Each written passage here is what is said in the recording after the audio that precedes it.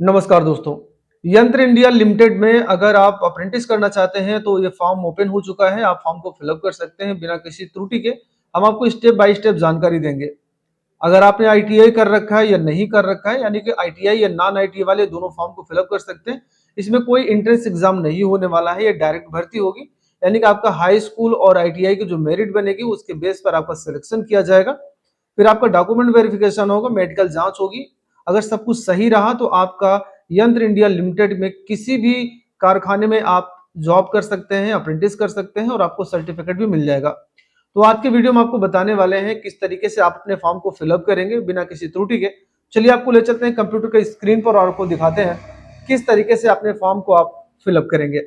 यंत्र इंडिया की official website का लिंक वीडियो के डिस्क्रिप्शन में है। क्लिक करके डायरेक्टली इस इंटरफेस पे आएंगे जहां पर देखें apprentice at Indian ordnance factory 59th batch का है।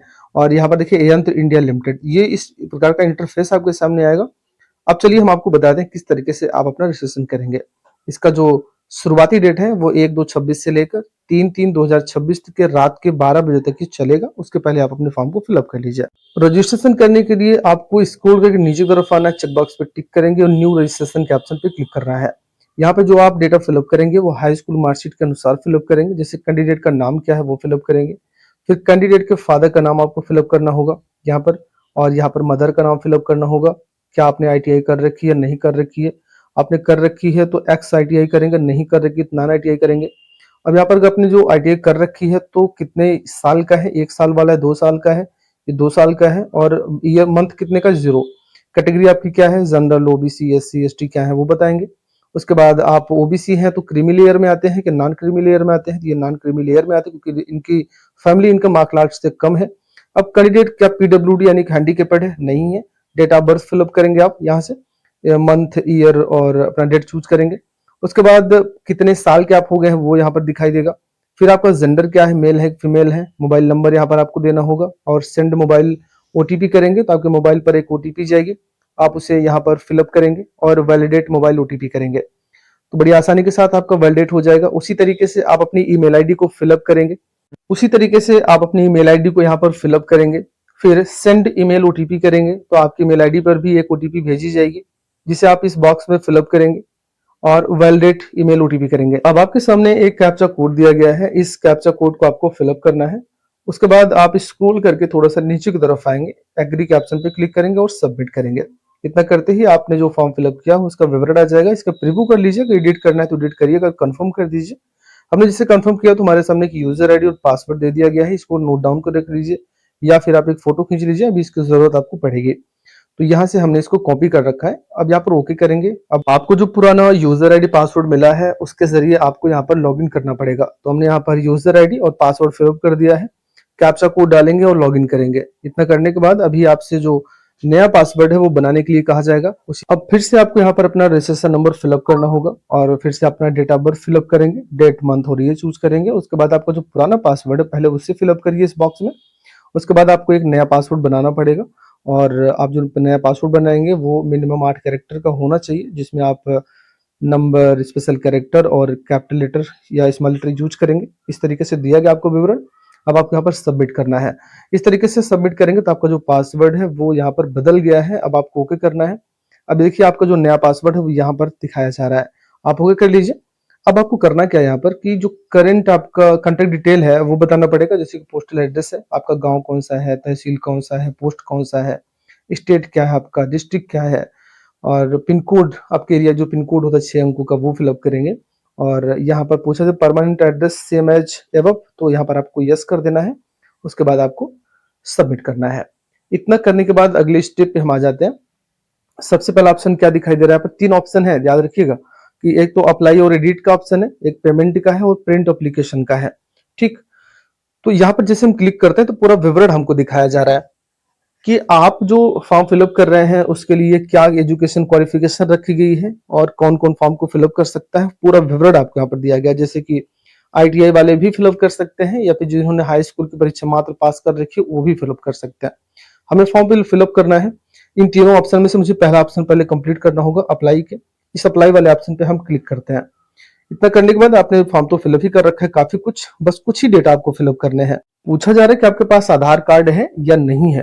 तो इनके पास आधार कार्ड है तो हम पहला ऑप्शन चूज करेंगे, फिर अपना आधार कार्ड नंबर यहाँ पर फिलअप कर देंगे। अब यहाँ पर आपको डॉक्यूमेंट अपलोड करने पड़ेंगे, मात्र अपना पासपोर्ट साइज की फोटो और एक सिग्नेचर। तो पासपोर्ट साइज की फोटो आपको बताया जा रहा है कि 3.5 सेंटीमीटर गुणित 3.5 सेंटीमीटर, जिसकी कम से कम 100 डीपीआई होना चाहिए और 20 केबी से लेकर 70 केबी के बीच होना चाहिए। उसी तरीके से सिग्नेचर को आप देख लें, 20 से लेकर 30 केबी के बीच होना चाहिए। और इस तरीके से आप अपलोड कर दिया। अगर आराम से कोई प्रॉब्लम है तो मुझे कमेंट बॉक्स में बता सकते हैं, हम अलग वीडियो बना देंगे आपके लिए, ठीक है ना। सेव एंड नेक्स्ट करते हैं। यहाँ पर अगली स्टेप पे आ जाते हैं। अगली स्टेप में क्या लिखा गया है, जो आपका मैट्रिकुलेशन है उसका विवरण आपको बताना पड़ेगा, हाई स्कूल की जो मार्कशीट है ना उसके अनुसार बताना पड़ेगा। तो मैट्रिकुलेशन क्वालिफिकेशन डिटेल है, जैसे कि आपका बोर्ड क्या है, तो यूपी बोर्ड है यूपी बोर्ड डालेंगे, सीबीएसई डालेंगे, नेम ऑफ एजुकेशन इंस्टीट्यूट, जिस विद्यालय में पढ़ाई कर रहे थे विद्यालय का नाम, और मैट्रिकुलेशन आपने कब पास किया वो ईयर आप यहाँ पर चूज करेंगे। मार्कशीट नंबर यहाँ पर आप लिखेंगे। आपका जो मैट्रिकुलेशन रिजल्ट है वो मार्क में था, सीजीपीए था, ग्रेड पे था। इनका मार्क में था, तुमने मार्क चूज किया। और ऑब्टेन्ड मार्क इन साइंस कहा गया, यानी विज्ञान में आपने कितना अंक प्राप्त किया था और पूर्णांक कितना था। तो जैसे होता नहीं कि आपने साइंस में कितना नंबर पाया, तो मैं यहाँ पर बता दूंगा। जैसे हमने कहा कि ये पाए हैं कितना, 85 नंबर, पूर्णांक कितने का, 100 का होता है, 85% बन गया ऑटोमेटिक। मैथ में कैंडिडेट कितना नंबर पाया था, जैसे इन्होंने पाया है 68 नंबर, पूर्णांक कितना है, 100, तो 68% हो गया। अब देखिए लास्ट में दिया गया है total mark obtained in all subject, यानी कि साइंस और मैथ मिलाकर टोटल कितना नंबर आपने पाया था हाई स्कूल की परीक्षा में, वो आपको बताना पड़ेगा। मैक्सिमम मार्क कितना है, वो होता है 600 का इनका, यूपी बोर्ड वालों का। तो इस तरीके से इनका परसेंटेज आ जाएगा, ठीक। अभी ये बात करें टेक्निकल क्वालिफिकेशन की। आपने जो आईटीआई ट्रेड पास कर रखा है ना, वो ट्रेड आपका कौन सा, इनका फिटर था, हमने चूज किया। अपनी आईटीआई कब पास करी वो आपको बताना पड़ेगा। सर्टिफिकेट नंबर आपको बताना होगा। सर्टिफिकेट इशू अथॉरिटी कौन है, तो वो सारा कुछ मार्कशीट में लिखा गया है। नेम ऑफ इंस्टीट्यूट, जिस विद्यालय में आपने पढ़ाई की है आईटीआई का, वो बताना पड़ेगा। कंसोलिडेट मार्क इन आईटीआई, तो मार्क कितना आपने पाया था वो बताएंगे आप आईटीआई में। मैक्सिमम मार्क कितना था आईटीआई में वो बताएंगे, परसेंटेज ऑटोमेटिक आ जाएगा।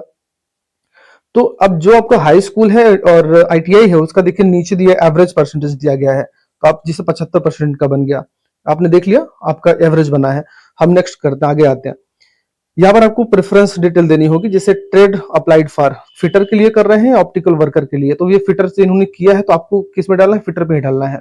फैक्ट्री कौन सी चूज करेंगे, तो बहुत सारी फैक्ट्रियां दी गई हैं, तो आप जिस किसी फैक्ट्री में अप्लाई करना चाहें या जो भी आपके नजदीकी पड़ता हो या जहां भी आपको सुटेबल लगे वो फैक्ट्री आप चूज कर लीजिए। इसी में आपका अप्रेंटिस होगा सिलेक्शन होने के बाद।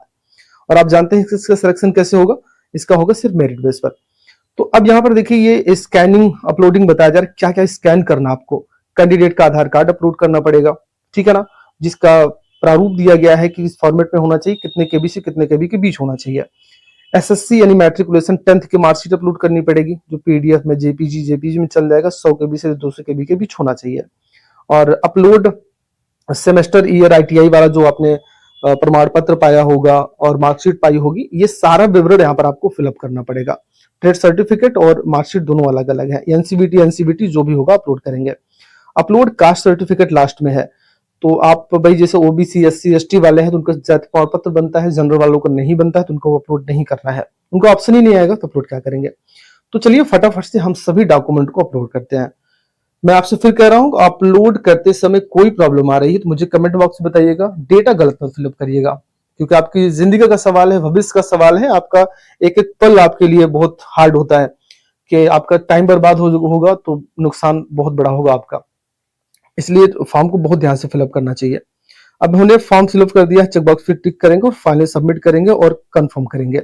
एडिट करना हो तब भी आप एडिट कर सकते हैं, हालांकि इनका सब कुछ सही है, तो मैं यहाँ पर कंटिन्यू के ऑप्शन पे क्लिक कर देता हूँ, ठीक है। चलिए आगे बढ़ते हैं। ये देखिए आपने जो फॉर्म फिलअप किया पूरा का पूरा विवरण आ गया आपके सामने। अभी भी आपके पास मौका है कि आप इसको एडिट करना चाहें तो कर लीजिए। हालांकि हमने कैंडिडेट का डेटा बहुत ही सावधानी पूर्वक भरी है, सब कुछ सही है, बस आपको यहाँ पर कंफर्म करना है।